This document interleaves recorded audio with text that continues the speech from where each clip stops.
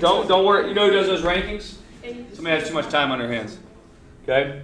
They really don't know what they're talking about. Okay. Now, we're titling this Geography Matters. Geography Matters. Now, we look at this. We look at this unit. We're gonna study this, and we're gonna have a quiz over this. And if you're looking behind me, looking at a blank map, this is what I'm asking you to know. I'm asking you to know 30 countries. There's about 180 of them, I think, total in the world. I need you to know 30 of them. Because these 30 I'm going to refer to, I'm going to talk about, I'm going to mention. And I want Jaden, I want Raina, okay, I want Trevor, I want you guys being able to draw back, like, oh, I know what that country is, but I visually can paint in my mind, okay, where it is. I can picture in my mind where it is, okay? So we're going to be working at pinpointing these things. Now, what I want you guys to jot down, geography. If you break it down, G in Greek means earth. Graphy means to describe. We gotta write that down. Yeah. So in Greek, G means earth. So geography is describing earth, really, is what it is. It's what it means. So we know what it means.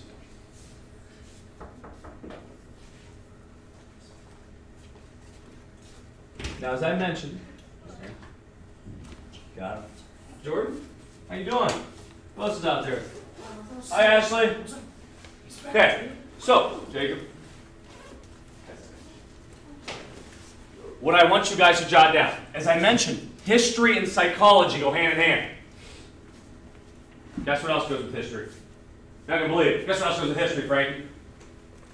Hand in hand. What? Psychology does. What else, though, Nate? What else goes with history? Hand in hand. Hand in hand. You see the play on it? Do you see the play? Geography. One's history, one's geography. Thank you, Dave. Okay? Geography and history, I want you to jot that down. They go hand in hand. Hand in hand. You can't have one without the other.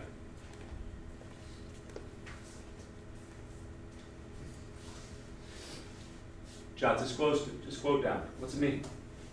I'll paraphrase it. Don't write it down word for word. What's it mean? A good place to understand the present and to ask questions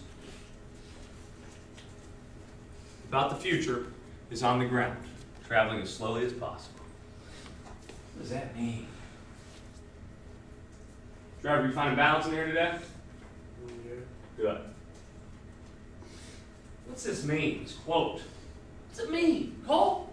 What's that mean? Huh? I want you guys to think for a minute. What does that mean? Good place to understand the present and to ask questions about the future is on the ground. Traveling slowly as possible. Think about it. Jasmine's going to give us some insight here. What do you think? Maybe it's because the rocks, like, they don't move at all and they tell a lot about our history. Okay, maybe the rocks itself, definitely. Okay, do tell us about history, no doubt. Is this quote focused on history, though? What's it focused on? Understanding. Understanding what?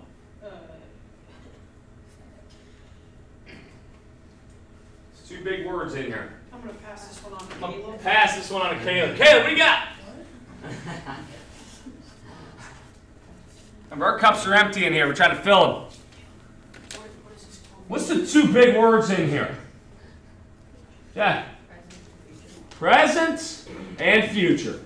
And what's this quote saying, Gage? What's this quote saying? Where's your energy at today, man? You look tired or mad or sad? I'm feeling good today. Sad. What's this saying, Gage? About the past and about the present and the future. To understand the present and the future, what do you need to do? What do you need to do? Oh, Brandon. Be in it. Okay, be in it. But what do you need to focus on, Gage? Asking questions about what? Where's the focus at in this quote? Brooke. How do you understand the present and the future? By focusing where? Traveling as slowly as possible. Earth. On the ground. On the ground.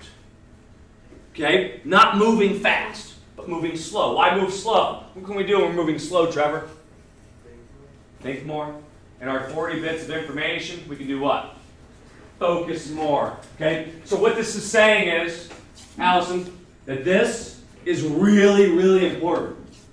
It tells us about why the present is the way it is. We're going to talk about it. And why the future will be the way it is. Got me, Jake? You with me, Ken? Good. Okay. This man. Anybody recognize this man?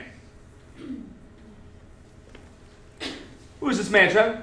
That's Napoleon. He makes a famous quote. To know, I want you guys to write down Napoleon. He said this. It's Napoleon's quote, not mine. To know a nation's geography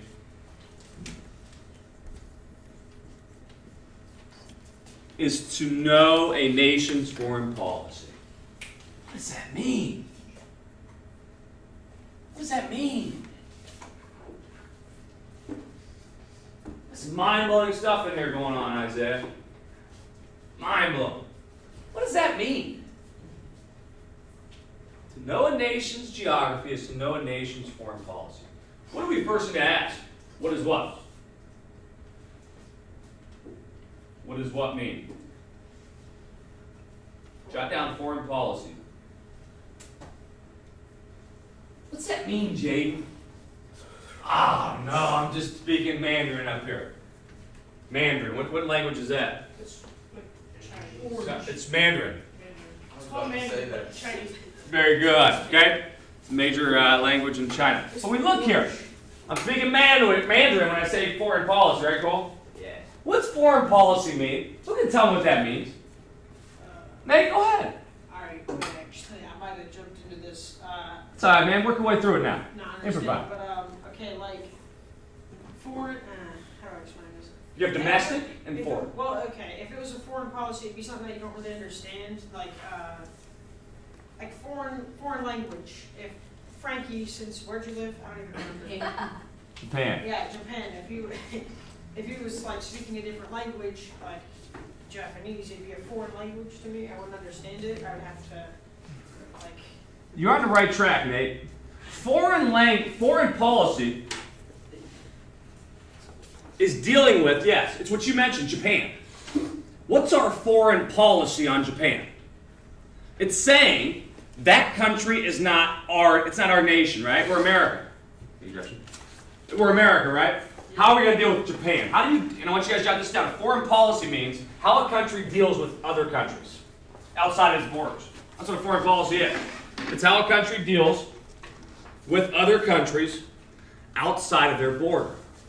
So, for example, our foreign policy on Mexico, our foreign policy on Japan, our foreign policy on China, they're all different. Anybody know what's going on with China right now? Big talks of? Big problems with trade, right? You guys hear about that trade? Anybody hear any situation? Okay. So maybe you should look into it. But our foreign policy, Trump has a foreign policy he's going to implement. So we're looking at this stuff, okay? What's Napoleon saying by this? What's this mean now, if you know that? If you know what foreign policy means? What's this mean? What's he saying? But he says to know a nation's geography is to know a nation's foreign policy. Again, we're trying to understand. Frankie. I feel like it might mean like how our foreign, or I guess our foreign policy would be like to know like them, or to like not deal with them. Like theirs would be like something about not dealing with us. Okay. Yes, they're going to have two different foreign policies. Yes, based on where we stand. No doubt, Frankie. You're not wrong. Nate. I'm gonna try to explain this in English this time, but like to know like a nation's past, you have to understand like how they dealt with things in the past. And the way they dealt with things in the past was based off of what, Allison? Based off of what? Okay, but based off of their what? Geography. I want you to write this word down. America during World War I and World War II. We were in this mindset at the start of both of them. Write down the word isolationist. What's that mean? Isolationist. What's that mean? Americans were an isolationist mindset.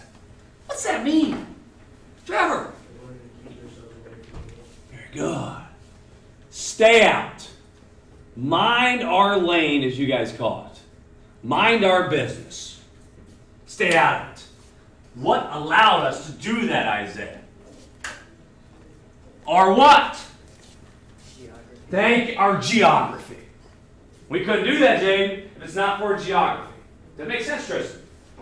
So again, I'm trying to sell to you, impress upon you, how history and geography and foreign policies, they're all mixed together. They all blend together in psychology. With me, Frankie? Okay. Now, so, I want you guys to jot this down. If we want to kind of predict how countries are going to act in the future, what do we need to look at? Their geography. Their geography. It's crazy. You guys can predict how certain countries will maybe act based off of what they don't have.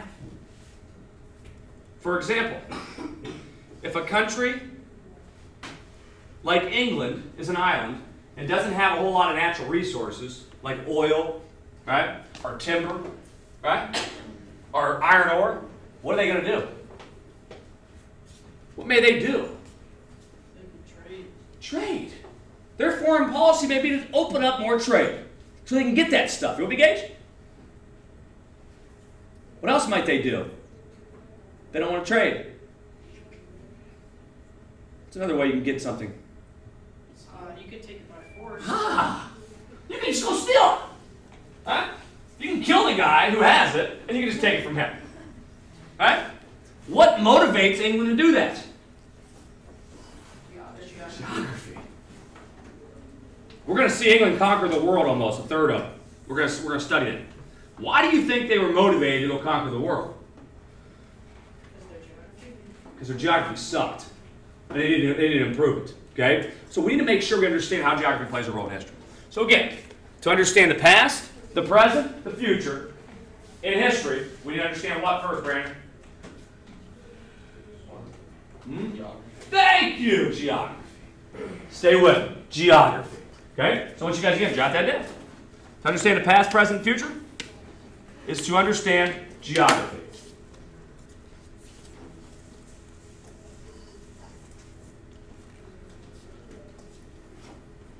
Our job is to get educated. Raise your hand if you can read. Everybody's hand should go up. Some of you guys slower than others. That means you're literate. Write that down. Literate, if you already know it, don't write it down. If you know what literate means, don't write it down. This means you have the ability to read and write. That's what that means. Guess what?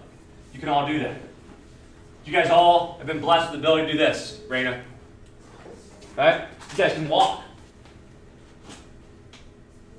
But can you think? Just because you can read doesn't mean you can think. Okay? Just because you can walk doesn't mean you can dance. You're going to find out some of you guys this Saturday, right? Anybody working on their dance moves? Oh yeah, for sure. I recommend it. I'm not kidding. I go on YouTube, I'd watch some dances, and I'd make sure I follow it. You know what I do before weddings? You know what I do before weddings? My daughters, we have a dance party, just so I can work on my dance moves. And they have a blast. And I have a blast. I do the Cupid Shuffle. Cupid Shuffle's sweet, right? So it's a good one to get the blood flowing. But just making sure we understand, okay? We're working at getting educated to be conscious of. And again, I'm trying to get you conscious of the power of geography and history. Listen, I sat there before. I remember talking geography in class, right? And I remember wanting to just fall asleep when it came up. Because I didn't see the connection. Now, thankfully, after some reading, after getting my mind educated, I now see the connection between history and geography. And this is what I'm trying to impress upon you. Okay? You're going to get it at 15 instead of 32 like I did. I used to not even talk about this. I didn't start talking about geography until last year. Okay? Because I finally found the power. So I'm using it now. Okay? So we're understanding conscious of it. Now, again, psychology, geography, history, they're all kind of go hand in hand, right? What do we know about the human mind, Jacob? What do we know about the human mind? Trevor? No doubt about that. What else do we know about the human mind? It deals with the tree, Gage. We naturally want to do what as human beings? Take the easy path. We want to take the easy path. The human mind, the psyche, wants to take the lowest hanging fruit. Guess what? This is going to impact history. Guess what? Geography is going to impact history. because of this mindset. We're going to study that. You guys are going to get that here in a moment. Okay? I want you guys to jot down geography. It's timeless. It's one of the beautiful things about it. It's timeless.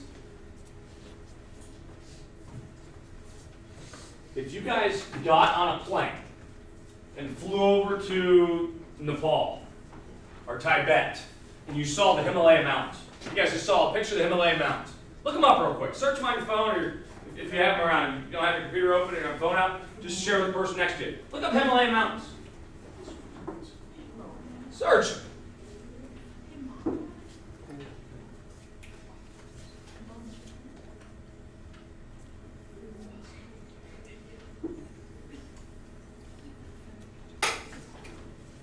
You guys see a picture of them? You guys see them? Yeah, it's crazy, Gage. It's crazy. Tristan, see how beautiful those things are? Pretty mountain range, right? Those same mountains, it's crazy. This is what I love about geography. That same mountain range you're looking at, Nate, is the same exact mountain range it looked like that Alexander the Great saw when he got there. I mean, it's the same mountains. I mean, it's crazy to think about. 2,000 years ago, those mountains really haven't changed. It's timeless. That's geography. It's timeless. Does that make sense? Which should be something that is inspiring. I would love to go travel to Nepal so I can see the Himalayan mountains. Just so I can look at them and see. That's what Alexander the Great saw. Okay? And we can see how geography doesn't change all that much over time. Now, we learn with geography the power of location. Okay, I want you to remember this, right? Power of location. All of you guys are going to start up a business, right? One day, right? You guys are going to own a business. Business 101. You take Mr. Forrest's class one day. They say, if you're going to open up a business, what are the 3 most important things? What's number 1? What's number 1? Most important thing you're opening up a business is going to be successful. You're going to make a lot of money, right? Your goal is to make profit. Business 101. What is the first thing, number 1? Nice surrounding area, location. What's number 2 they say in Business 101? I have no clue, actually, but I'm going to guess. Nate, I freaking love you for just guessing, man. I just want to hug you right now, but it'd be awkward, right? Advertisement? Advertise, marketing. We'll put that down number 4. We'll cut off here. What do you know number 2? Demographics. That's like 5. Nice. You guys are on the board. This is Family Feud, right? Steve Harvey up here. You guys are killing it right now. Get the money to start it. Get the money to start it. Just kidding. Okay. So we need money. We need capital. Anything else? Jay. Never mind. Never mind. He doesn't want the buzzer. He doesn't want to get hit the X. Jefferson. The place where you start has to have a good amount of people in it. Good. Population is That's what important. I was gonna say. You were not. That's really demographics. Somewhat demographics. Bro. Investment. Yes. Capital. You just got another X because you said the same thing in a different way. Investment. Capital. Okay. I want to put up here number 2. Do you know what it is, Jacob? Can I guess? No, this is Family Feud. You don't. Steve Harvey doesn't just give answers. Jacob. Product. Product. Sure. We'll put that right here. Frankie. Everybody's a winner right now. Competition. You get a car. You get a car, right? You get a car. The number 2 thing is? No. Location. Guess number 3 is? Location. Oh! Location, location, location. You should have just put location all 3 times. We had location done, so Look! I'm just telling you. This is what Business 101 says. And obviously it's redundant. But they're really trying to hammer home, you can have a great idea, you can have a great product, you can have a great business, be the prettiest thing on the planet, but if it's out in the middle of nowhere, guess what? Nobody's going to it. You're not making any money. You're going to be closing down. Okay, location. Here's a good example. I understood it, location. Okay? Raise your hand if you ever went swimming. Okay? And you peed in the pool. Oh yeah. why you lying? I peed in the pool. I'll say I have. I mean, who hasn't, right? Okay. Now, right? Everybody does that, right? Everybody's done that. Most of us have done it. No? Yes, question. How many But you'll just go wild. Okay.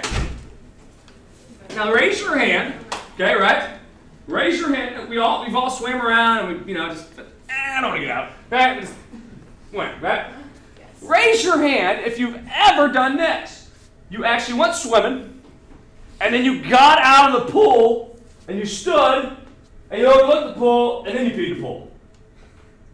Wait, What? No, I couldn't process. Yes, I processed. You went swimming, and you say, I need to use the bathroom really bad. And you got out the ladder, the steps, right? And you turned around, you faced the pool, and you just peed it.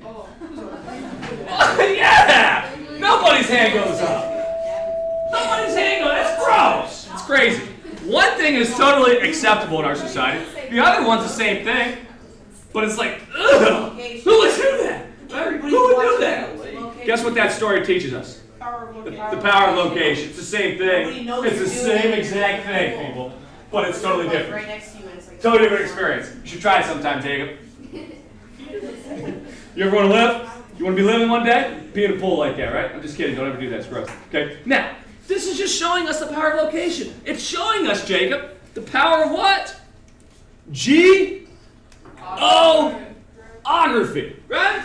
Good selling point. There you go. All right. Now, let me ask this question. What makes America so great? Guess what makes America so great? Dazzle! Donald Trump. Not Trump. It's not our ideas. Brandon, the people. The people, no! What? Jacob! The location! How? Ah! Genius! God dang, you're so damn smart. You started to pee in pools, but I guess not. I'm crazy, Jane. Just touch up. Touch up. I get excited about this. Okay, now we look up here. Location, location, location. What makes America so great? I want you to jot down. We'll list 6 things. 6 things. Trevor, give me one. Ah, you say separate. What do you mean by that? Isolate. What do you mean by that? What gives us such... Because as you can tell, it's like a whole lot of people, countries on the west. Okay, give me 2 examples. I'm at the eastern side. Okay. And there's Ah, okay. Now what he's saying is, that's what he meant, is we're isolated because we have 2 vast oceans. I was trying to lock the wheel. Sorry. So I want you guys to jot that down. Our oceans. They offer us 2 things. What do they give us? Jacob? They give us protection. They give us protection, and they allow us to do what very easily? Trade. Gosh dang you, Jacob. You must have an IQ of 180. Oceans. You guys ever see that Forrest Gump line? Forrest Gump? Everybody see Forrest Gump? Nobody's ever seen that? Okay. Ah, I said God. I didn't say God. All right. Now, protection and trade. Protection and trade. Here's the next thing. Anybody know what this thing's called down in Panama? Canal. Okay? We have something called this. An isthmus. An isthmus. Isthmus. I'm probably butchering that word. Which means it's a very small, I-S-T-H-M-U-S. It's a small small thin strip of land, which we built a canal through. What are we able to do with that? What are we able to do with this thing? Because we have it. We built a canal, so what can we do? Go from this side with our ships and do what? Go to the other side. Oh, we need ships over there. Want to trade? Boom, let's come right through here. Okay? We don't have to travel all the way around South America. Think about that. So there's 2. Here's another thing I want you to mention. Anybody know what mountain range this is over here? The Appalachians. The Appalachian Mountains. I want you to jot down. The mountain range in the east, comparatively speaking, is low mountain range. It's low. It's a lot of hills. But you guys have probably seen that before. Because it's low, what did it allow a lot of settlers to do? Cross it. And then do what? Settle and move west. take over the whole sea to shining sea. Okay, so we see the mountain range is low. Here's another thing. This great river that runs through the middle, branches off all these different rivers. The Mississippi. What's that do for us? Well, I want you guys to jot down. We have great navigable rivers like the Mississippi, which allows people to travel down. I want you guys to understand this is powerful. And this is, again, you guys are getting conscious of this. What's crazy about it is this. It allows all these people to travel. Travel who speak the same language. We have one unifying language. What language is that?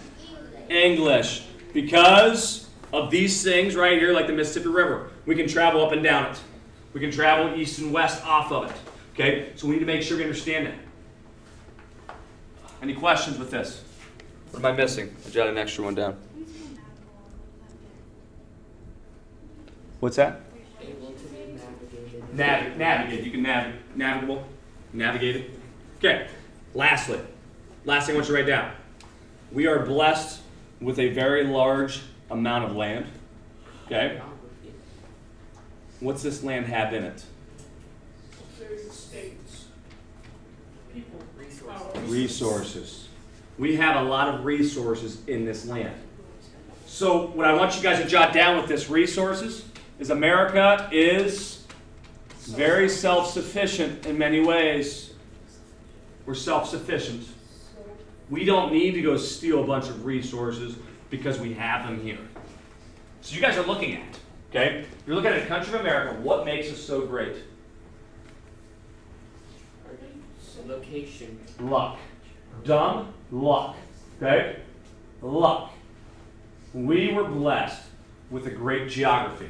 And we also, lastly, you guys can write down, we fall in something called this zone, which I'll talk about.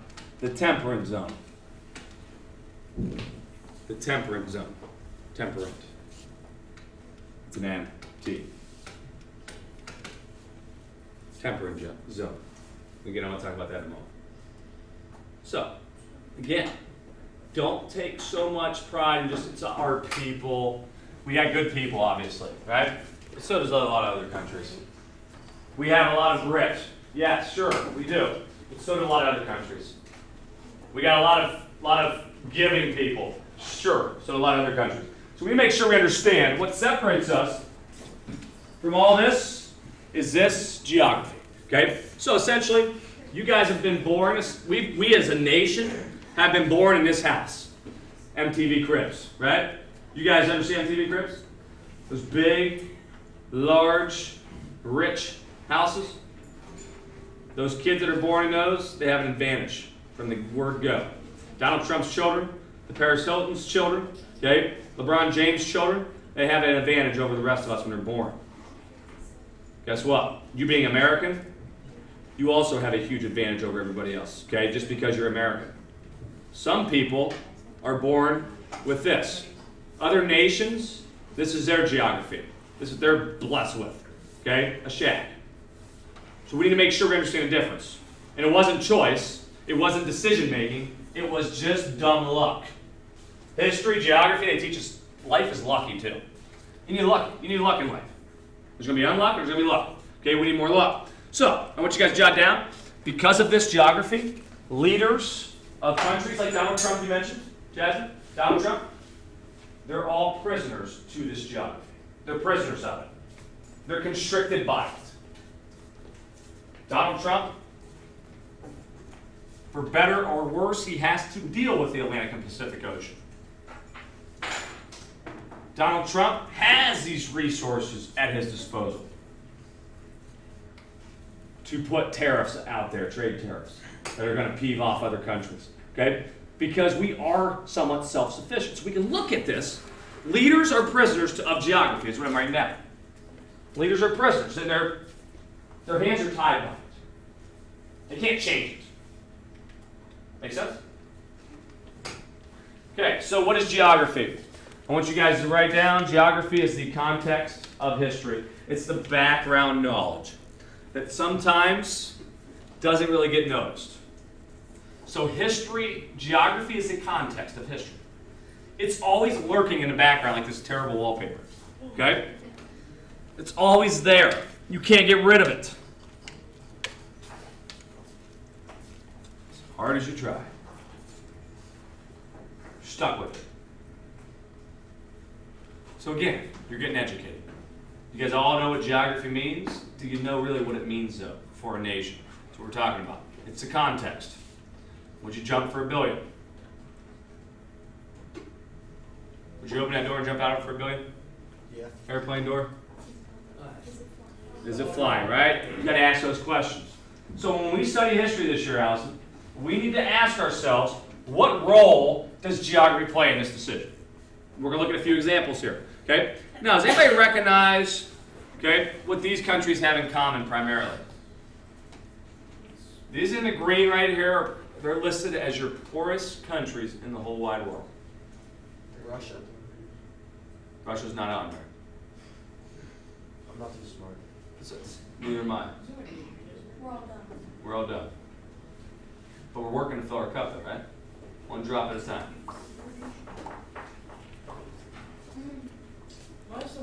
See, and if you approach life like that, like we're all done, guess what you're going to do? You're going to ask questions. You're going to raise your hand, just throw things out there, and see what sticks. And you're going to get more confidence. You're going to learn a lot more than the guy who sits there like this on the side. It's like going out there dancing, right? You go out there and dance, you're going to learn how to dance. You sit over there and make fun of people dancing, you'll be that loser who never dances, okay? Question, Jake. Why is one purple and the other green? You know what? I don't know. It's a good question. I do not know that. I forget this. I typed in this word and this is what came up. Anybody recognize what these countries don't have access to directly, most of them?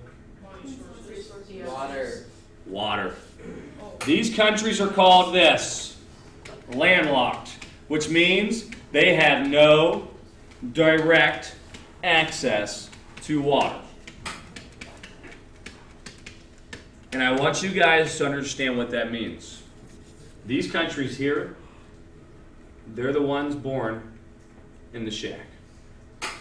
They don't have the advantages America does. They don't have the rivers. They don't have the oceans, which means they don't have access to water. And I want you guys to understand something. Water, like the Atlantic Pacific Ocean, you guys ever been on Route 77, north and south? All of you have, right? What's that called? A what? A highway. These waterways, like the ocean, they're highways. Why do we go on a highway? Why do we have highways? Yeah, for long travel. Why do we have a highway? Yeah, long travel. What do we want to do there? Get there when? Quickly, as fast as possible. Speed limits are up on highways. We move fast. These waterways are highways. They allow you to move more product and to trade more. So what I want you guys to jot down in landlocked countries, they do not have access to water, which means they do not have cheap access to trade. It costs a lot more money. You can't carry as much on land as you can water. So these countries naturally are poor because of that. Does that make sense for everybody? Okay.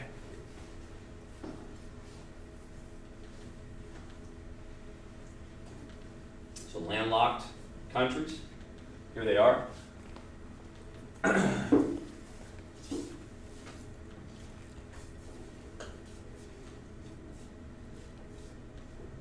And here's what I want you guys to understand as well. You see Bolivia here? Bolivia went to war with this country right here. Anybody know what country this is? This long one? Chile, very good. They went to, man, this is Price team teaching you guys up. So we have, okay, Bolivia went to war with Chile. Why do you think Bolivia went to war with Chile? Trevor. Chile and Bolivia, what do you think they want? Access to what? Yes, Trevor, very good. And Bolivia is going to say no. So they go to war. So we can predict that Bolivia and Chile probably have conflict even to this day based off of what? Wow. Geography. Guess what? 100 years from now, guess who's going to have conflict with each other? These two. Why? Geography doesn't change. Okay? So we need to make sure we're conscious of that here. You with me? You follow? Okay. Now, again, we need to remind ourselves. Why is it harder to travel on land? Because it's tough to carry stuff. It's tough to carry a lot. Okay? It's expensive. Again, it's harder, which means people aren't going to do it as much, which means trade doesn't go as well with countries that are landlocked. Okay? Because of that. Now, let's tie another example. Sahara Desert. You guys all see it up here in yellow. I want to show you the power of geography and the power of psychology. Again, path of least resistance. There's an argument out there, theory, it's a pretty good one. Here's what it is. Okay? The Sahara Desert made Africa fall behind.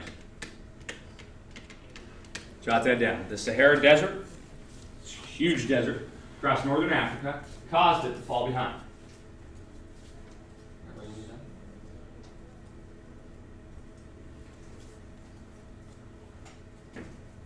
You just know something else. Why would it fall behind? Why would Africa fall behind? Gage, you with me? Why would Africa fall behind, Tristan? Because of the Sahara Desert. Because they don't have the resources that we have. Okay. They don't have the resources, maybe. No doubt. Maybe. I mean, they're a pretty large continent, though. But why would this continent fall behind because of the Sahara Desert? Based off of psychology, based off geography, Cole. There's like, or I mean, there's just water on all the other sides, and then that's the only way to get to anything. Okay. So human beings, do they naturally want to cross the Sahara Desert? No. Nature says, psychology says no. You go the path of least resistance. So here's the argument, here's the theory. Africa fell behind because you had all these new ideas come up in Europe. And you had all these new ideas come up in Asia. And these ideas, guess what these Asia and Europe did? They exchanged ideas. And they exchanged ideas. And they exchanged ideas. And they exchanged ideas. And ideas went from west to east to west. Where did they go? North to what? Because nobody wants to travel across that Sahara Desert. Does this make sense? So what happens naturally? Well, Africa falls behind because ideas do not go through that Sahara Desert. So Africa will be divided. I want you guys to jot something else down. Africa also is known for having rivers, just like America, but it's different. Every couple miles, these rivers have these extreme things that you guys have all seen called waterfalls. Is it easy to travel up and down rivers in Africa? So guess what? Let's look at America, right? Look at America on a map. How many countries are in all this green up here? One. Low mountain range. Rivers allow us to connect one language, right, across the whole thing. We talk about resources. Let's look over here at Africa. How many countries do they have? It never got unified. Why? Geography. These rivers did not allow them to get on a river and travel all the way up and down the continent and bounce around and have one unifying language. Instead, you have, I don't know how many countries, you can look it up, give me a number, somebody look that up for me. You have a multiple number of countries who speak multiple different languages. They never actually connected. All because of what, Brandon? The answer will be geography. Right here on out. You said it, so I was like, Gotcha, I'm messing with you. Okay, so these Sahara Desert, these rivers are going to cause them to fall behind. As a result, Europe is going to show up one day. And they're going to show up with machine guns. Europe has machine guns, Africans do not. Europe has better technology, Africa does not. Who do you think wins? Africa has 54 countries. 54, thank you. Okay, 54 countries. Look up how many different languages are spoken in Africa. Now we look here. What's going to happen to Africa based off this little cartoon? It's going to be what? Ripped apart. It's going to be ripped apart by France. Okay, by Spain, by Portugal, by Italy, by England down here. Okay, by Belgium, by Germany over here. I don't know if this is right or not, but it says 1,500. 54 countries? No, what? Go ahead. What do you got? You said you wanted all the languages. How many? I don't want to read off like how many total languages they have. That number? 1,500, 2,000. 1,500, 2,000. Compare that with America. How many languages do we have? Well, we still have. When they say 1,500, 2,000, is that actually groups, tribes that speak that language, or is it just? That's crazy. That's crazy. Which again is reinforced by geography. Okay. Now, if we look here real quick, scramble for Africa. We're going to study this imperialism. You guys are looking at this. We see Africa is going to be conquered, and again, we can make the argument it's because they fell behind technologically. They're easily exploited. Okay? They fell behind. They're easily taken advantage of. And this is why imperialism happens. Again, it's the background knowledge. The geography plays a role in what happens in history. Okay? And again, it goes back to the path of least resistance. So we're looking at this. This group here, you guys looking at? You guys know what you're looking at? Known for the horse, moving very quickly. The Mongols, probably the greatest military, okay, ever in history. Genghis Khan, yep. Now we look here. The Mongols are going to invade Russia, and they're the only ones who've ever successfully invaded Russia. You with me, Gage? They're the only ones who ever successfully invaded Russia. And they did something unique. They waited for the wintertime to come because they want the path of least resistance. What's the rivers do whenever it's wintertime? Freeze. So they can travel horseback right over top of here. Okay, let's look at path of least resistance. Right down to North European Plain. North European Plain. What you're looking at here is one of the flattest land features in Europe. It's flat. Rub your hand on your table, Gage. Gotta stay away. You can sit up. Okay? So we have this flat surface, North European Plain. Really flat. Let me ask this question. If it's really flat, and we know path of least resistance, human beings like to go down the path of least resistance, what do you think people will do naturally? Travel over it. Like armies. To maybe try to conquer who? Russia, right? So we got Russia. Let's look at some examples. This guy, Charles XII from Sweden, okay, in the early 1700s. He's going to travel down through here, and guess what? He's going to attack Russia across where? What plain? North European Plain. Let's look early 1800s. This guy, Trevor?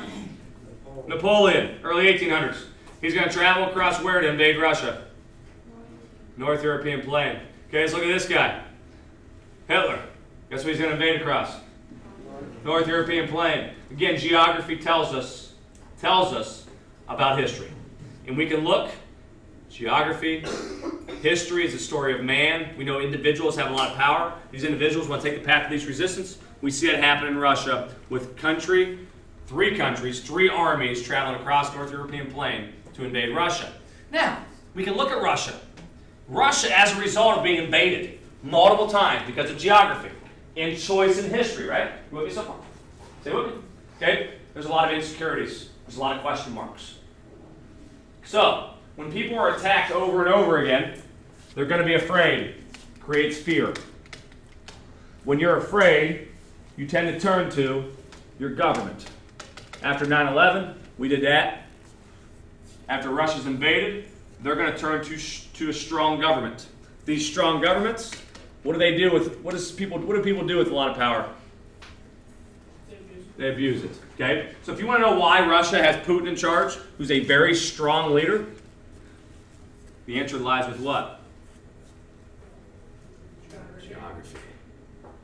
It's geography. They want a strong leader because they've been invaded multiple times, thanks to geography. So let's look here. Anybody recognize this guy, by the way?